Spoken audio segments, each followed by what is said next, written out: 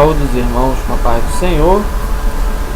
Estamos aqui para mais uma videoaula. Essa videoaula é diferente das demais, porque nas anteriores vocês tinham os slides, né? Agora não, agora esse vídeo ele é um vídeo direto onde nós vamos aparecer, porque a lição de Atos, que é a quinta lição desse módulo, é uma lição bem caricata, bem diferente das demais, e ela basicamente passa por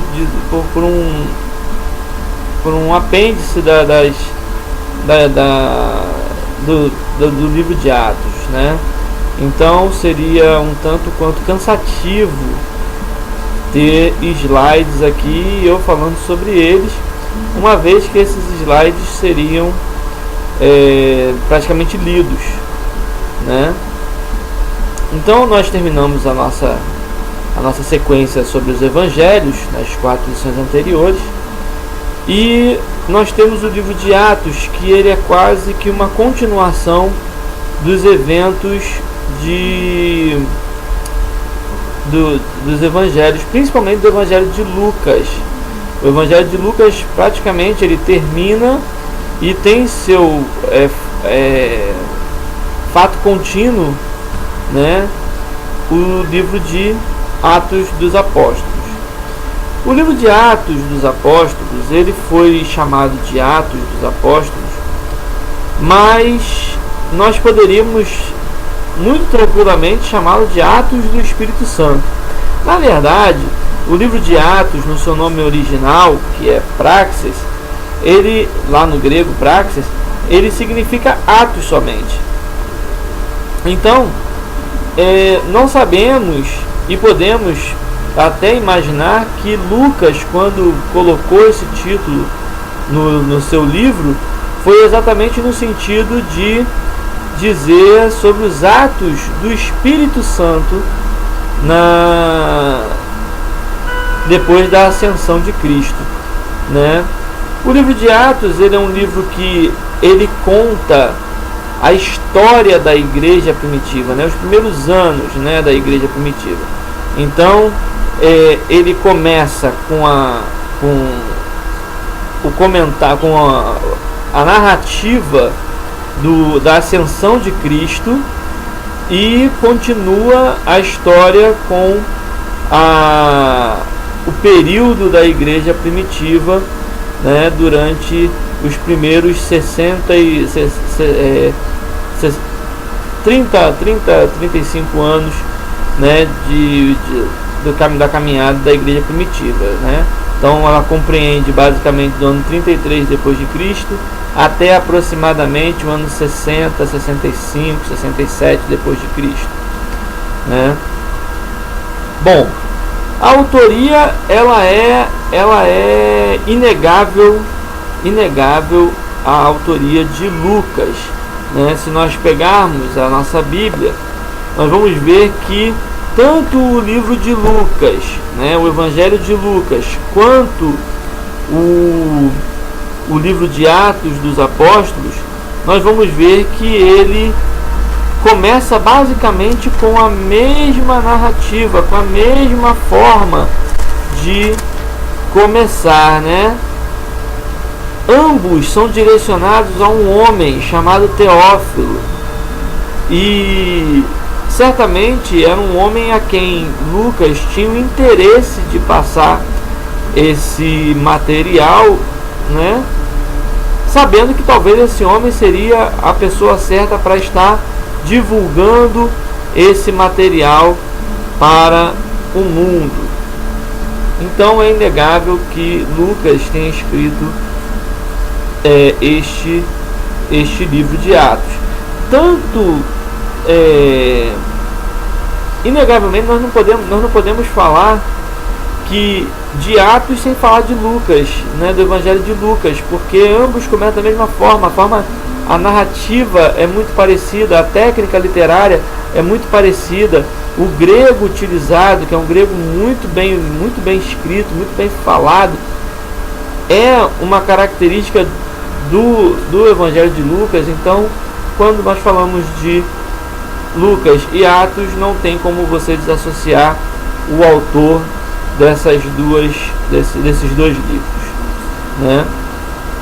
Bom, o livro cobre, né, como eu falei, um período histórico de 33 anos, né, aproximadamente, que vai do ano 29 depois de Cristo até o ano 62 depois de Cristo, né?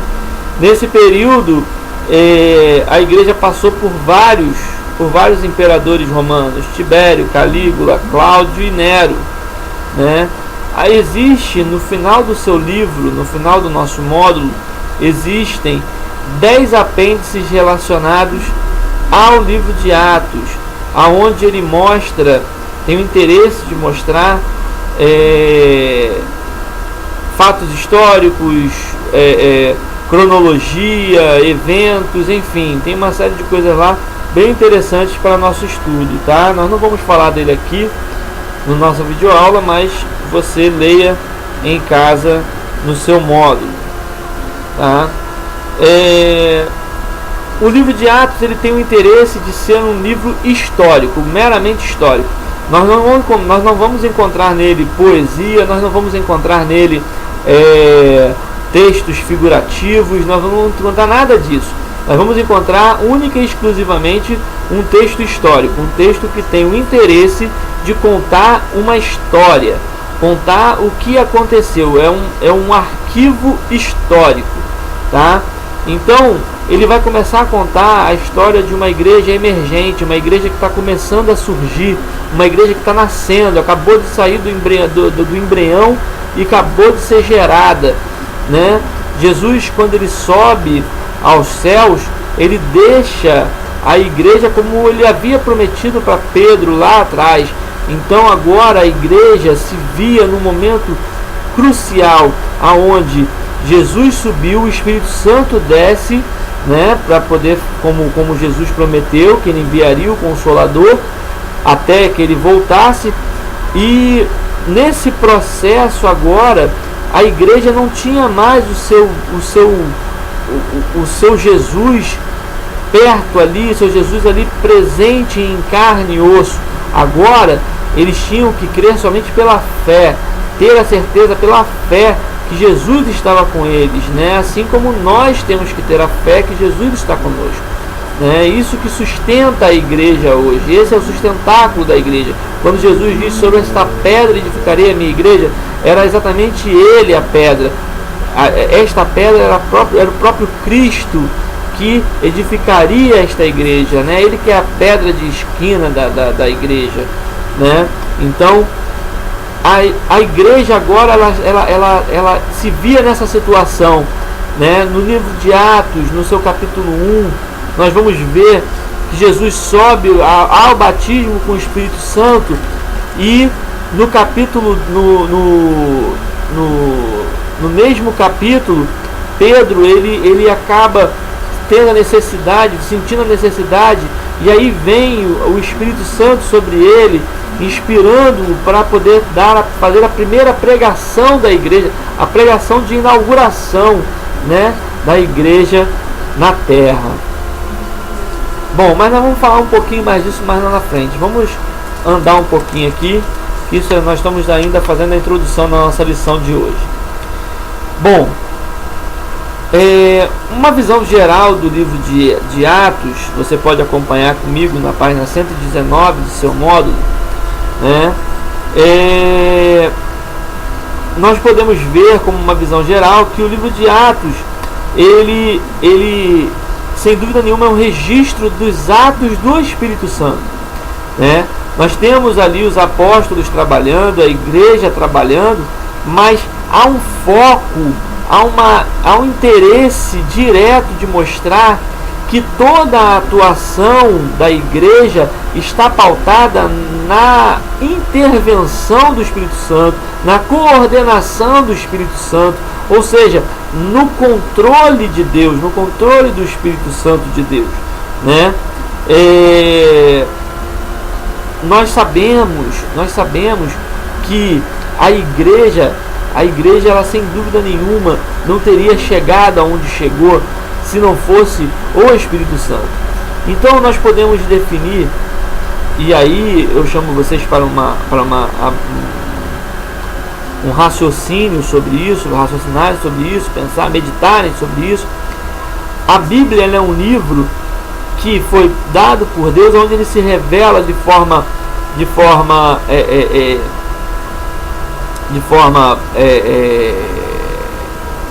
escalonada, ele vai se revelando durante o tempo, durante a história, de acordo com a história, e ele vai se revelando paulatinamente, vai se revelando aos poucos ao homem.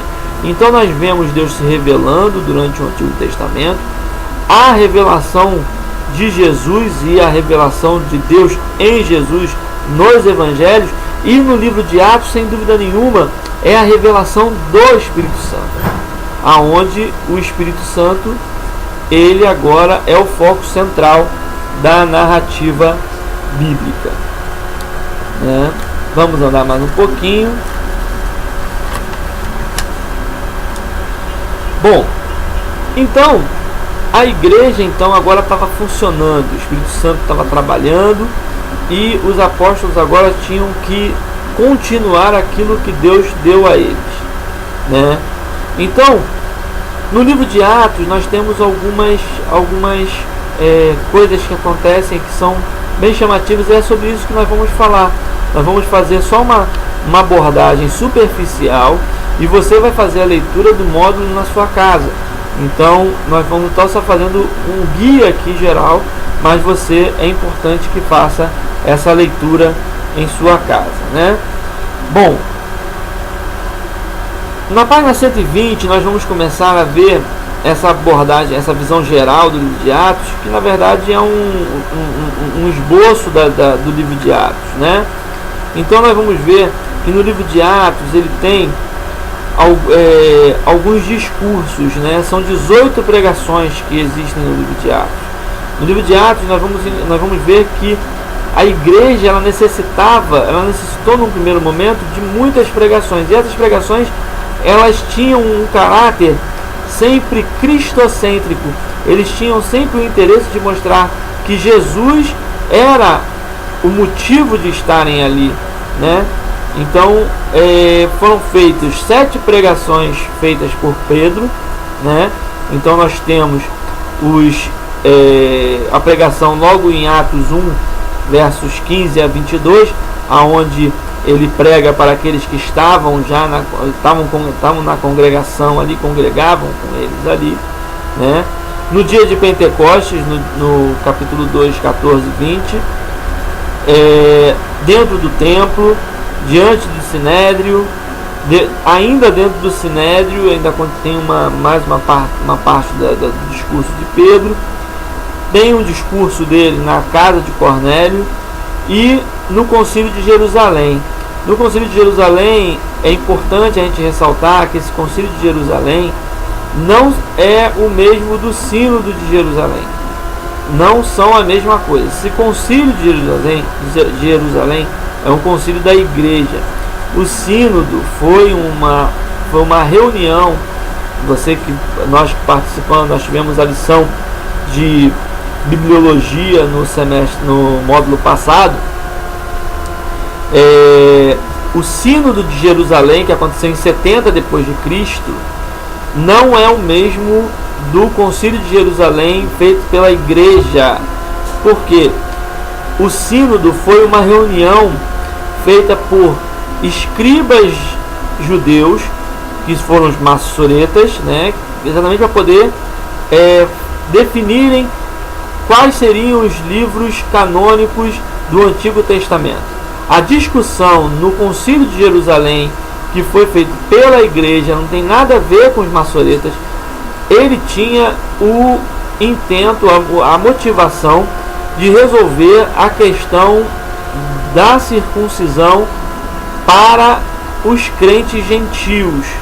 Isso está lá no livro de Atos, no capítulo 15, versos 7 a 11, aonde Pedro vai dar a opinião dele acerca da não circuncisão dos crentes, dos cristãos convertidos gentis, né?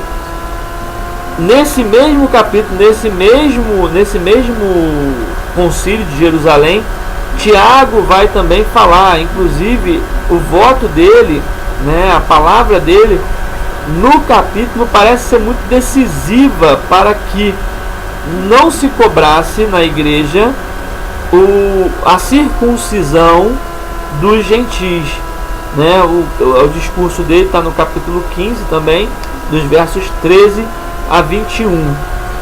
Existe um discurso de Estevão também diante do Sinédrio. Estevão é aquele diácono que morreu apedrejado, né? Existem 7 discursos de Paulo, né, na sinagoga em Antioquia, em Listra, né, no monte de Marte, em Mileto, nas escadarias diante do castelo, diante de Félix e diante de Agripa.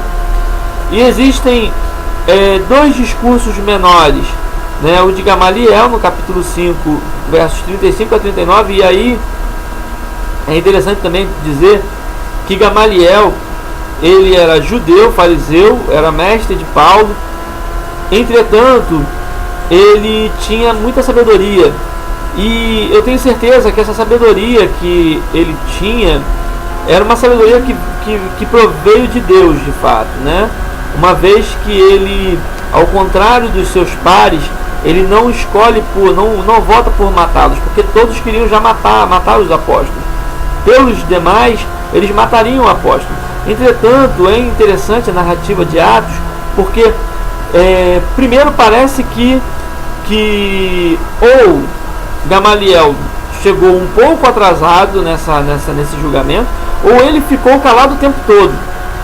E no momento em que ele viu o que estava acontecendo, ele pede para retirarem os apóstolos de perto, pede para poder ficarem só os pares dele, e nesse momento ele faz um discurso em prol dos apóstolos. Em que sentido? Ele diz exatamente o que? Olha, antes deles existiram muitos dizendo que eram seguidores de Messias. Entretanto, eles morreram e foram embora, sumiram, acabaram. Agora, deixe que eles façam o que eles quiserem fazer. Por quê? Porque se for de Deus, vocês serão tomados como inimigos de Deus. Se for de Deus, ele vai continuar. Se não for de Deus, ele não vai continuar e vai perecer como os demais. Essa é mais uma prova do que o que nós seguimos é a verdade de Deus, que é Cristo Jesus. Porque eles ficaram, pregaram e permanecem até hoje, porque a pregação não era de Paulo, a pregação não era de Pedro, a pregação não era de João, não era de Tiago, não era de Judas, não era de Mateus, não era de ninguém. A pregação era dada pelo próprio Deus. Assim como Paulo diz lá na carta aos Romanos, uns dizem que são de Paulo, outros dizem que são de Apolo, mas Paulo planta, Apolo rega, mas quem dá o crescimento é Deus. E então a igreja permaneceu até hoje, foi perseguida, foi caçada, a Bíblia foi perseguida, foi caçada. Muitos tentam inverter os valores, hoje tem uma reversão de valores, mas permanece até hoje. Por quê? Porque é plano de Deus, é a igreja de Cristo. Amém? Bom, terminar essa parte dos discursos, nós podemos então fazer um esboço, né, mais tranquilo do livro de Atos. Então na página 121 nós vamos poder começar a falar acerca das partes, da divisão, né, teológica que existem várias divisões teológicas. Essa aqui é uma delas, né? Nós vamos apresentar uma e vocês, com o tempo, certamente, com o estudo, com a pesquisa, vão encontrar outras divisões, mas essa aqui serve de base para começarem um bom estudo, né? Então nós temos a primeira parte do livro de Atos, que é a introdução, e nessa introdução já mostra o que? A revelação do autor do livro. O autor do livro de Atos só pode ser o autor do Evangelho de Lucas, né? Se nós atribuímos a Lucas o Evangelho, nós temos que atribuir também o livro de Atos a Lucas, né? Então ele mostra, né, ele mostra quais são os objetivos do livro, qual é o objetivo dessa escrita, qual é o objetivo da escrituração desse livro, né? E começa fazendo uma ponte, uma linkagem com o evangelho do próprio Lucas, né, com o seu evangelho, no capítulo 24, versos 43 a 50, que é fazendo, contando o que acontece no seguinte, ou seja, terminou o evangelho de Lucas, o livro de Atos é ato contínuo aos eventos de Lucas 24, capítulo 24, versos 43 a 50. Também é registrado nessa parte da introdução, né, que vai, como você pode ver no seu módulo, que vai do capítulo 1, verso 1 até o capítulo 12 a 24, né, que aí nós temos a parte da introdução, mas logo em seguida essa parte da introdução, que é logo no capítulo 1, versos 1 a 5, logo em seguida começa o período de transição. Por que período de transição? E que período de transição é esse? É a transição do ministério de Jesus para o ministério do Espírito Santo. Então é uma transição e é como se fosse uma passagem de como é que eu posso dizer? Como se fosse uma passagem de serviço, né? Jesus, ele termina seu trabalho, que era restaurar o homem, ir à cruz, pregar, ensinar o evangelho, deixar estabelecida a sua igreja. Ele sobe e deixa a missão passa agora para a missão do Espírito Santo, né? Então essa ponte também é muito bem feita, né? E mostra uma missão de poder, né? A partir do verso 8 do capítulo 1, né? Nós temos um verso que é chave, né? Para incentivar as pessoas a receber o poder do Espírito Santo, né? Porque sem o poder do Espírito Santo, sem a atuação do Espírito Santo em nossas vidas, nós não teremos como oferecer nada para ninguém. Uma pessoa ela pode ter toda a capacidade de pregar, pode ter, isso se aprende, tem curso para isso, né? Para você aprender a falar em público. Isso aí você pode até aprender, né? Mas pregar a palavra de Deus é muito mais do que isso. Você pode ter toda a técnica do mundo, mas se você não tiver o Espírito Santo na sua vida, para poder, a unção de Deus na sua vida, para poder falar a palavra de Deus, os efeitos talvez não sejam tão satisfatórios assim. Na verdade, eu creio que na verdade não haverá resultado nenhum satisfatório numa pregação feita somente por técnica humana, sem a unção de Deus. Eu acredito muito na pregação feita somente com a unção de Deus ter muito efeito, mas sem a unção de Deus nenhum efeito. Então o capítulo 1, verso 8, ele é muito forte para isso, né? Existe uma discussão a nível da tradução, porque a palavra dunamos, do grego dunamos, ela pode ser traduzida tanto como virtude quanto poder, né? Os pentecostais gostam mais de falar que é poder a melhor tradução. Já os mais tradicionais gostam de falar que a melhor tradução é virtude, né? Não muda muita coisa, né? Mas tem um impacto mais forte para as doutrinas pentecostais a palavra poder do que virtude.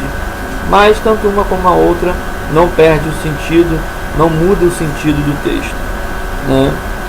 Bom, no versos 12 a 14 do capítulo 1, nós vamos ver que há o regresso para Jerusalém, o encontro, né, no cenáculo, né?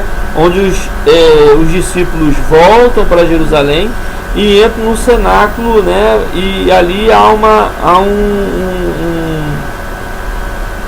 uma reunião, né? Onde cerca de 120 pessoas, né, estavam reunidas, e se faz necessário a escolha de um substituto para Judas, né? E é interessante que são apresentados dois homens para substituir Judas, né? José e Matias, né? Ambos estiveram, né, ali para poder serem escolhidos, né? Foi jogado sorte, caiu sobre os dois, e os discípulos escolheram um deles. Esse um deles foi exatamente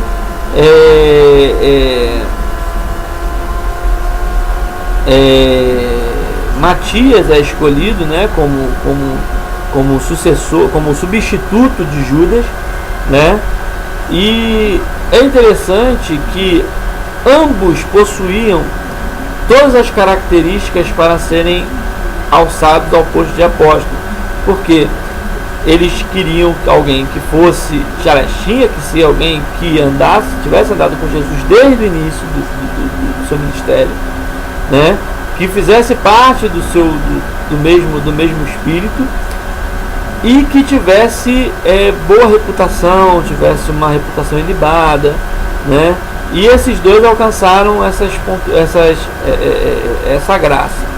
Porém, Matias é o escolhido. Mas nós só vamos encontrar Matias sendo falado aqui, né? Já José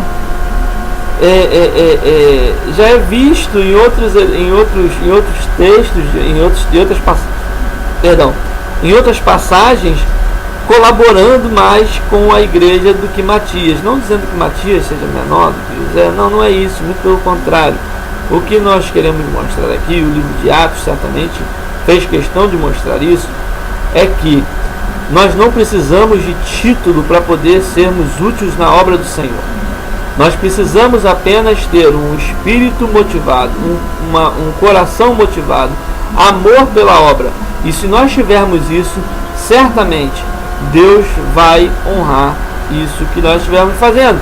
Só que honrar essa sua atitude não é te dar título, muito pelo contrário, mas é sim reconhecer naquele grande dia que você foi servo bom e útil, como diz a parábola, servo bom e útil, o servo bom e útil entra e goza do benefício do seu Senhor, né? Bom, ainda no cenáculo, né? Isso aconteceu 10 dias, aproximadamente 10 dias depois da ascensão de Jesus. Era o dia de Pentecostes, né? E era uma data muito festiva. Até hoje os judeus ainda celebram muito isso, né?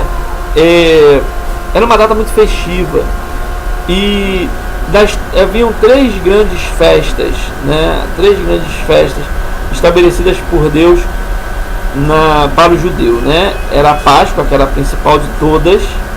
Afinal de contas era a libertação do povo do Egito. Havia logo depois, 50 dias depois, a festa de Pentecostes. Era uma festa também muito importante. E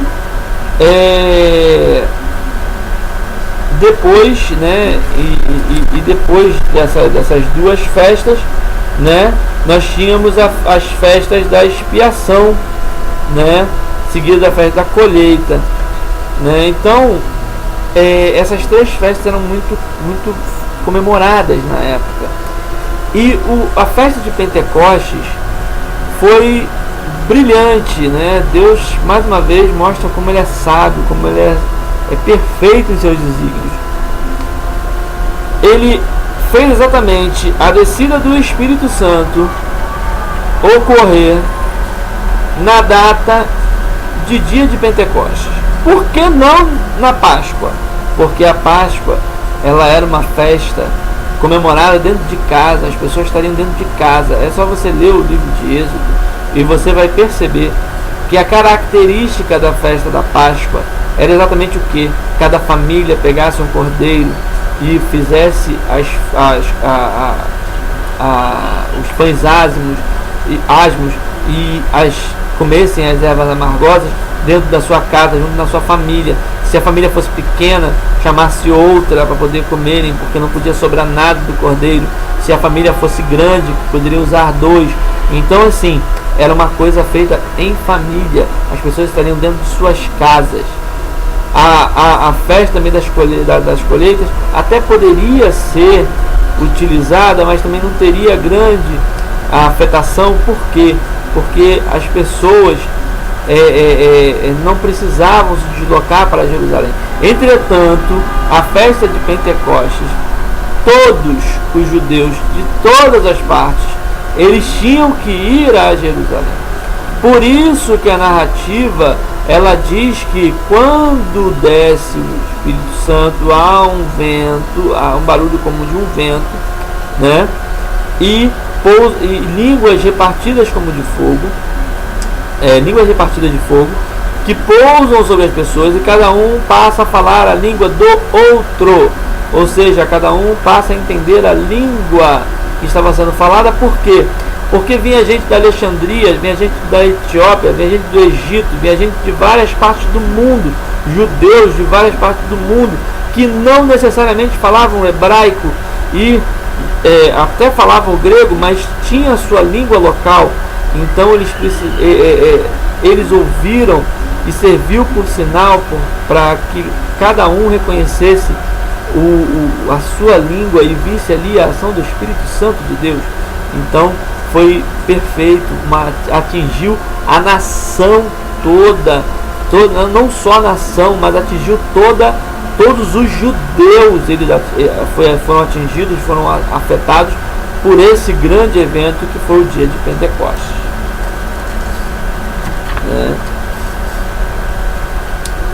No cenáculo ainda, né? Não, minto, desculpa.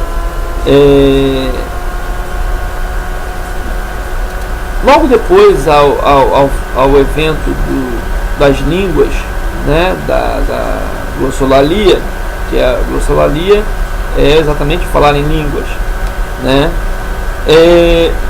Pedro, ele faz ainda no cenáculo um discurso aonde ele explica o que aconteceu, e é uma pregação formidável, é uma pregação cristocêntrica, é uma pregação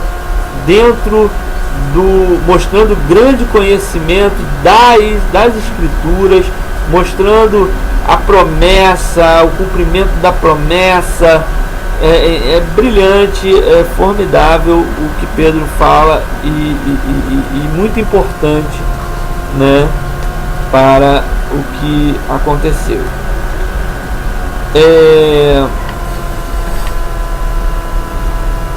Depois tem os dias seguintes ao Pentecostes, né, a partir do livro de Atos, capítulo 2, versos 42 a 47, né, nós vemos o que aconteceu em seguida. Então começa a mostrar a rotina da igreja nos primeiros dias, né? E uma coisa que é interessante, que mostra nesses primeiros momentos da igreja, são exatamente a obediência das pessoas à doutrina dos apóstolos. Os apóstolos falavam, a igreja era obediente. Hoje em dia as pessoas não querem obedecer ninguém, mas na época da igreja primitiva eles obedeciam os apóstolos. Então tudo que eles queriam, tudo que os apóstolos falavam, eles ouviam e seguiam, né? E nesse período nós podemos ver também que acontece as pessoas se desprendiam de suas propriedades, vendiam suas propriedades e colocavam à disposição da igreja. O nosso comentarista aqui, ele diz até, ele comenta, né, que alguns comentaristas, alguns teólogos afirmam que essa devolução da terra era em comemoração ao jubileu, o dia da época do jubileu, ou seja, pessoas que já estavam 50 anos com a terra, e como as pessoas não eram donas da terra, esse era um conceito do judeu, né? Não eram donas de suas terras, porque eles consideravam que Deus era dono, então eles ficavam 50 anos com essa terra e depois de 50 anos eles tinham que devolver a terra.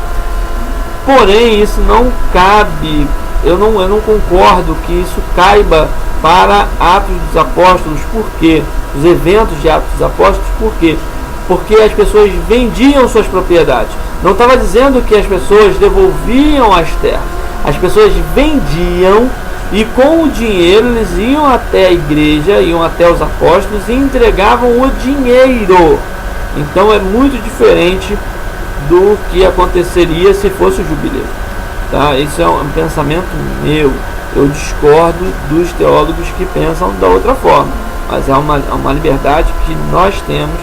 Quem acha que seja pelo período de jubileu, que pesquise, né, e prove, né, que consiga argumentar em cima disso, tá? Mas o importante de fato é que as pessoas perseveravam na doutrina dos apóstolos. O verso 46 ele fala exatamente isso, né? Bom, a partir do capítulo 3 até o capítulo 5, versos 42, há uma sequência de manifestações de poder de Deus e de prisões, né? Os apóstolos começam a realizar maravilhas, né, em nome de Jesus. Isso é importante que se diga, não eram eles que faziam, eram eles que faziam em nome de Jesus. Ou seja, o nome de Jesus era sempre glorificado, porque é Ele quem faz, não é o homem, mas sim Deus, Jesus. Então eles começam a realizar muitas maravilhas em nome de Jesus, né? E Pedro e João, né, enfrentam prisão nesse primeiro momento, exatamente por causa da cura do coxo, né? Eles acabam sendo levados à prisão e são interrogados, e nesse interrogatório, né, eles são aconselhados, inclusive, depois de não vamos matar, mas para de pregar esse negócio de Jesus. Eles falam, nós não podemos fazer isso, é melhor, eu prefiro agradar, eu tenho que agradar a meu Deus e não os homens, né? E é nesse momento, né, nessa parte, né, da Bíblia, em que Gamaliel, né, na partir do capítulo 5, verso 33 a 42, que ele faz a sua aparição, mostrando muita sabedoria, né? Mostrando muita sabedoria e mostrando que tudo estava no controle de Deus, né? Bom, pulando um pouquinho para a página 130, né? Nós vamos ver que no capítulo 4, versos 23 a 31, também há um novo enchimento do Espírito Santo, né? As pessoas são cheias novamente do Espírito Santo, né? O capítulo 4, verso 32 a capítulo 5, verso 11, nós vamos ver as divisões dos bens, né? Nós vamos ver no capítulo 4, verso 36 a 37, nós vamos ver a oferta de Barnabé, né? No capítulo 5, verso 1 a 11, nós vamos ver Ananias e Safira, né? Onde eles tentam enganar a Deus, na verdade eles tentam enganar o homem de Deus, né? E aí eu gostaria de fazer um comentário aqui no seguinte sentido: Ananias e Safira, eles venderam metade de sua propriedade, né? Eles venderam a propriedade, pegaram metade do dinheiro, guardaram e entregaram metade do dinheiro, né, dessa venda ao apóstolo, dizendo que eles teriam vendido tudo, né? Na verdade, Ananias faz isso primeiro, e o Espírito Santo revela para Pedro, e Pedro, ele vira e fala: a terra não era de vocês. Por que mentir? Por que mentir para o Espírito Santo? Por que mentir para Deus, né? E Ananias, ele cai fulminado, ele morre imediatamente. E Safira, ela entra, Pedro não fala nada para ela, dá uma oportunidade para ela falar a verdade. E ele pergunta para ela, e ela afirma que vendeu tudo, que está entregando tudo. E Pedro, né, revela para ela que o Espírito Santo já tinha revelado, revela o que tinha acontecido com Ananias, e Safira também é fulminada. E algumas pessoas às vezes ficam pensando que isso aqui é só história de igreja, é só história da Bíblia, né? História da conto da carochinha. Não, não é. Aí a pessoa vira para mim e fala assim, mas você está dizendo então que a pessoa morre se mentir para o pastor, se mentir para o homem de Deus, né? Querendo com sentimentos escusos para estar fazendo alguma coisa na igreja, e as pessoas falam, mas ninguém está morrendo, está todo mundo... Não, as pessoas estão morrendo. Pode não estar morrendo fisicamente, mas está morrendo espiritualmente. O espírito dessas pessoas está morrendo, está sendo fulminado espiritualmente, e as pessoas não estão percebendo, as pessoas não estão vendo que as suas iniquidades, as suas mentiras, as suas fachadas estão levando elas para a sepultura, estão levando elas para a morte, estão levando elas para o inferno. As pessoas não estão percebendo isso. E a igreja está se perdendo em pregações de que tudo, que nós temos que comer o melhor dessa terra, e que se não for assim, não está bom. E não é isso. Evangelho não é isso. Evangelho é entrega. Evangelho você não recebe. Não é você receber, fazer troca com Deus, mas Evangelho se sente, Evangelho se vive. Evangelho, quando você entra nele, você entra para poder ser apedrejado, você entra para ser escarnecido, você entra para ser humilhado, você entra para ser visto como inimigo do mundo. O mundo te odeia. Agora, as pessoas estão morrendo porque estão querendo viver um evangelho de fachada, um evangelho de mentira. E as pessoas estão morrendo, estão fazendo como Ananias e Safira, e estão morrendo e não estão percebendo. Bom, deixa eu voltar ao foco, que eu me empolgo às vezes. Deixa eu voltar ao foco. Bom, no capítulo 6, verso 1 a capítulo 8, 40, começam as perseguições, né? Então, Estevão, ele nesse meio tempo aí que Estevão aparece e é apedrejado, né? No capítulo 9, verso 32 a capítulo 11, verso 18, Pedro sai de Jerusalém para poder pregar, né? Então, isso por quê? Porque começou a perseguição. A perseguição ela foi permitida por Deus para exatamente a igreja se espalhar, porque os apóstolos estavam muito acomodados ali em Jerusalém, não estavam se preocupando em sair pelo mundo. Quando começa a perseguição à igreja, aí sim, os apóstolos, cada um vai para um lado e aproveitam para poder ir pregar, né? E começam a ganhar, e aí sim a igreja começa a ganhar verdadeiramente corpo.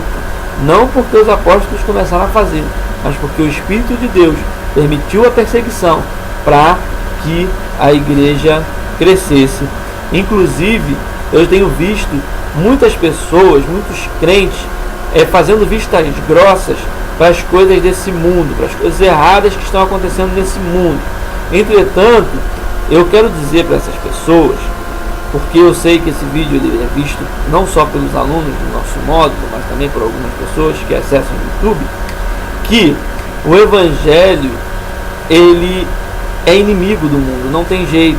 O Evangelho ele é amor que tem que ser pregado, mas as pessoas odeiam os evangelhos, as pessoas odeiam o cristão.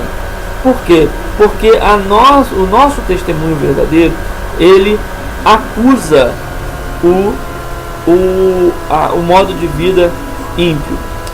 Então, nós estamos vendo aí as coisas acontecendo, negócio de casamento homossexual, de liberação de drogas, de aborto, enfim, uma série de coisas, e muitas pessoas da igreja estão fazendo vistas grossas para isso. A perseguição, ela vai acontecer, ela está prevista na Bíblia. Vai haver uma nova perseguição à igreja sem dúvida nenhuma, eu não tenho a menor dúvida disso. E aí você vai ter que se posicionar. E aí que você vai poder mostrar que realmente é cristão. Isso por quê? Porque toda vez que a igreja para, que a igreja ela se acomoda, Deus permite que venha a perseguição para que ela volte a se movimentar, porque a igreja de Cristo, ela tem que ser como Cristo era. Cristo não parava, Cristo estava sempre em movimento, Cristo estava sempre avançando em nome do reino. A igreja não pode ser diferente, ela não pode parar, ela tem que avançar constantemente em prol do reino. Bom, no capítulo 9, verso 1 a 30, Paulo, perseguidor, se converte, né? E aí começa o estabelecimento da igreja dos gentios. É interessante que quando há, né, a viagem missionária, né, nós vamos ver que os demais apóstolos eles meio que somem, e só fica Paulo praticamente aparecendo. Isso por quê? Porque Lucas, que é quem está escrevendo o livro, está acompanhando Paulo na viagem. Então é muito lógico isso acontecer. Mas voltando aqui para nossos comentários. No capítulo 11, versos 27 a 30 de Atos, começa a mostrar a missão humanitária, né? Então,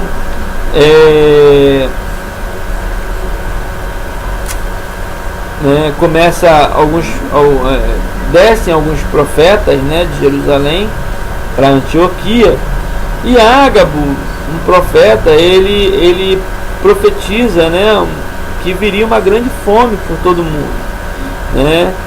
E essa fome, ela é relatada no livro de Atos, né? Isso aconteceu nos dias do imperador Cláudio, né?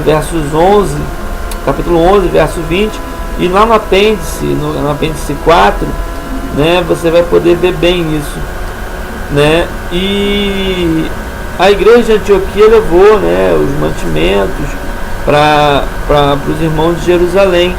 Então já mostra aí que a igreja ela sempre teve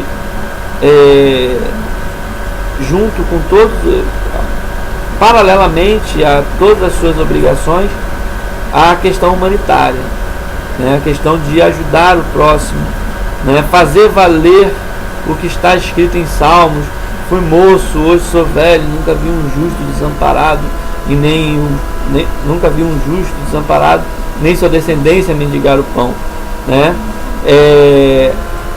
Nós podemos observar ainda que essa missão da igreja também faz valer a característica do povo de Israel no deserto, na época de Moisés, aonde o povo andou por 40 anos no deserto, mas as suas roupas não se deterioravam, suas sandálias não se desgastavam. Isso era uma mostra de provisão de Deus. Deus, ele pode permitir que você esteja no deserto, mas ele não vai te desamparar. Se você está no deserto, aprove Deus que você esteja ali, mas tenha certeza que Deus não vai lhe desamparar. As coisas aconteceram. Deus estabeleceu a sua igreja exatamente para quê? Para que ela fizesse isso que aconteceu no capítulo, no livro de Atos, onde a igreja de Antioquia desce mandando mantimentos para a igreja de Jerusalém, para que os irmãos não padecessem fome, né? Bom, na segunda parte do livro de Atos, que começa a partir do capítulo 13 e vai até o capítulo 15, verso 40, né, nós vamos ver que há os relatos que se relacionam com as obras missionárias da igreja, né, entre os gentios. E aqui exatamente onde acontece aquilo que eu falei. Os demais apóstolos, eles saem de cena e passa a vigorar mais as ações de Paulo. Por quê? Porque Lucas, ele é companheiro de Paulo nessas viagens, e ele passa a narrar os eventos que acontecem no crescimento da igreja dos gentios. Isso também faz sentido pela questão de que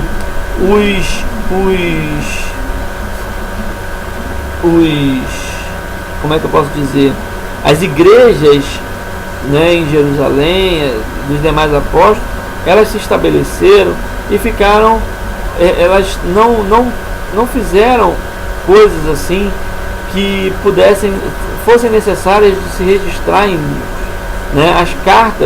A carta de Tiago, né, ela fala bem, já mostra bem como é que funcionava a igreja de Jerusalém. Então é mais ou menos isso. Agora, as igrejas que foram abertas entre os gentios, é muito importante que se haja esse registro, porque são igrejas que mostram o poder da palavra de Deus, o poder transformador, o poder de penetração da palavra de Deus em meio aos povos que não conviveram com Jesus no seu período de ministério na terra, né? Bom, então o Espírito Santo, no controle dessa obra missionária, ele guia a primeira Barnabé e Paulo, né, para quando eles estavam em Antioquia, e é interessante que eles eram apelidados de cristãos, né, e nesse caminho.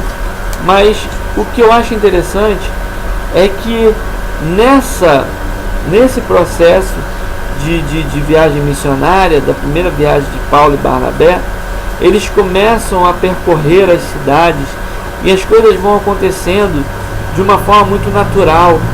Onde eles passavam, as igrejas iam se abrindo, as pessoas já conheciam eles, as pessoas já conheciam que aqueles homens eram cristãos, eram seguidores de Jesus, né?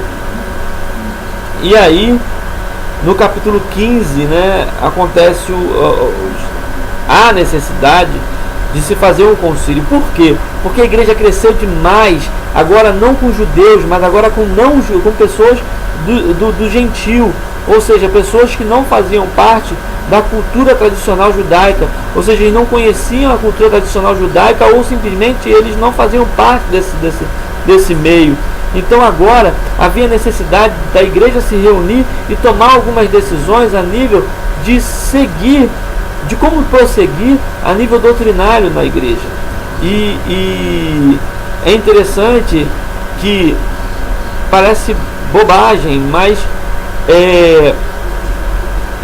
a primeira discussão da igreja foi exatamente sobre a circuncisão. A circuncisão, ela começa lá em Abraão, né, na promessa, na aliança abraâmica, né, onde Deus faz uma aliança com Abraão e diz que aquilo seria a aliança perpétua. E quando chega no Êxodo, Deus restaura essa aliança, né, ele ratifica essa aliança, mandando com que o povo faça a circuncisão. Isso era importante porque foram mais de 500 anos, né, 430 anos que eles ficaram no cativeiro, né, no Egito. Eles perderam contato com a sua cultura, perderam contato com essas alianças, e havia necessidade de circuncidar a maioria dos homens, né? E isso passou a ser feito constantemente pelo povo judeu e não se perdeu mais. Entretanto, agora a igreja ela precisava tomar uma decisão com relação àqueles que nunca tiveram parte com a aliança abraâmica, ou seja, não faziam parte da aliança do Antigo Testamento, né? Então eles começam a debater e eles chegam a uma decisão que só poderia ser pelo Espírito Santo, onde eles têm o entendimento que agora nós não precisávamos mais ser circuncidados como na lei. Por quê? Porque a circuncisão ela era uma marca na carne da aliança entre o homem e Deus. Agora nós não precisávamos mais, porque nós agora estávamos nossa circuncisão é no Espírito, aonde você separa a carne do espírito. Nossa circuncisão é Jesus de Nazaré, que foi feito na cruz do Calvário, tá? E eles tomam a decisão baseada no que o Espírito Santo os orienta, e a igreja agora rompia definitivamente com a lei mosaica. Agora não havia mais como comparar ou como ligar, como linkar, né, a lei mosaica ao cristianismo. Não estou dizendo, entendam bem o que eu estou falando, não estou dizendo que a lei ela não tem que ser estudada, não tem que ser lida, não é isso. Só que as obrigações da lei, e aí entra a questão do sábado, entra a questão de comer carne de porco, entra a questão da circuncisão, elas não têm mais poder sobre os cristãos. Paulo vai dizer que ninguém julgue o seu irmão pelo comer ou pelo vestir, ou pelo guardar os dias de festas, ou não guardar, ou fazer diferença ou não fazer diferença pelos dias de festas, ou guardar o sábado, né? Mas quem faz, faça para o Senhor, e quem não faz, faça pelo Senhor. Ou seja, tudo que você fizer, faça com o coração de adoração a Deus, né? Então, a visão mais correta, sem dúvida nenhuma, é que a igreja deve seguir as ordenanças de Cristo, e Cristo já cumpriu a lei. Se ele já cumpriu a lei, nós não temos mais o jugo da lei sobre nossas costas. Espero que tenha ficado bem claro. Se não ficou claro, pode mandar a pergunta pelo nosso Facebook, pelo nosso grupo no Facebook, que eu posso elucidar se não ficou claro isso, tá? Bom, a terceira parte do livro de Atos, né, está do capítulo 16 até o capítulo 18, verso 26, né, aonde começa a segunda viagem missionária, né? Começa a contar as histórias da segunda viagem missionária de Paulo. E aqui é interessante, né? Por quê? Porque há o evento da passagem, né, de Paulo para o outro lado, né, para pregar o evangelho fora daquela região ali, subindo já para a Europa, né, para Macedônia, né. Depois vem a quarta parte, onde mostra que Éfeso agora se tornava o novo centro da igreja, né? A igreja que tinha passado por Jerusalém, por Antioquia, agora o centro, né? O centro centro nervoso da igreja, que tinha sido Jerusalém, Antioquia, agora estava indo para Éfeso. Inclusive nós falamos nos nossos estudos anteriores sobre os evangelhos, que provavelmente existem relatos de que João teria terminado seus dias na igreja de Éfeso, né? Então a igreja isso é mostrado na quarta parte do livro de Atos. Depois, né, o livro ele se encerra com essa característica, né, com essa abordagem. Mas é interessante que o final do livro de Atos ele fala acerca das dificuldades da missão, né, do trabalho da igreja, né? Então, eu gostaria, para terminar a nossa lição de hoje, eu acho que é importante no nosso entendimento, né? Eu gostaria de fechar a nossa leitura de hoje, nosso trabalho de hoje, dessa lição, o nosso módulo, e com isso fechar o nosso módulo, a mensagem final do livro de Atos, que ele diz assim, ó,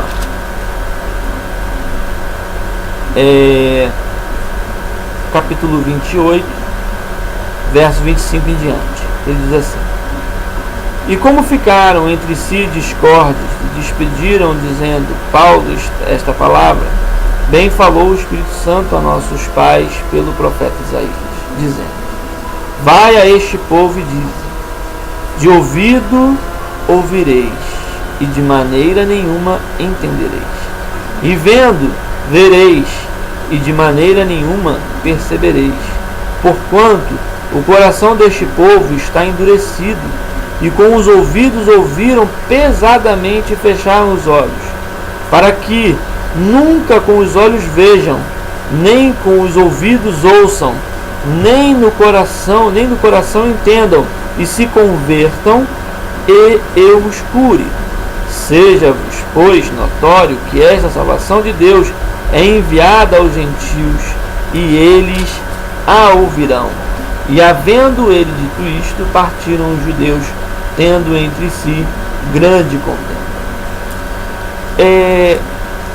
Essa mensagem final do livro de Atos, depois Paulo ele parte para a viagem para Roma, né, nos mostra bem o que é pregar o Evangelho.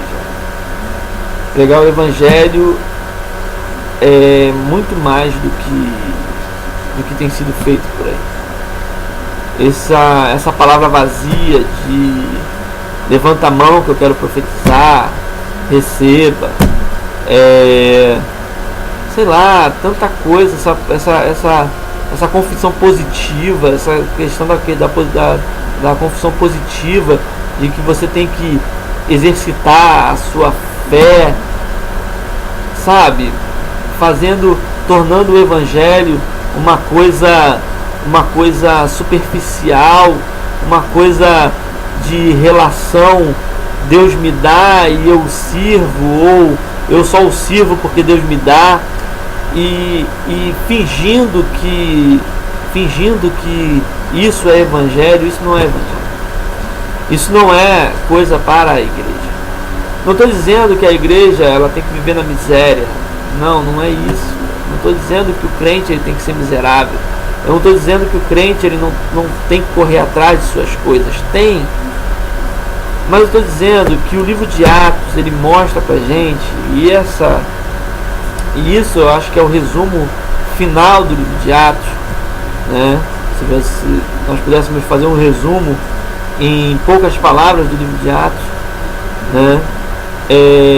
Ele nos mostra que pregar o Evangelho, fazer a obra de Deus, se colocar na vontade de Deus para fazer a obra,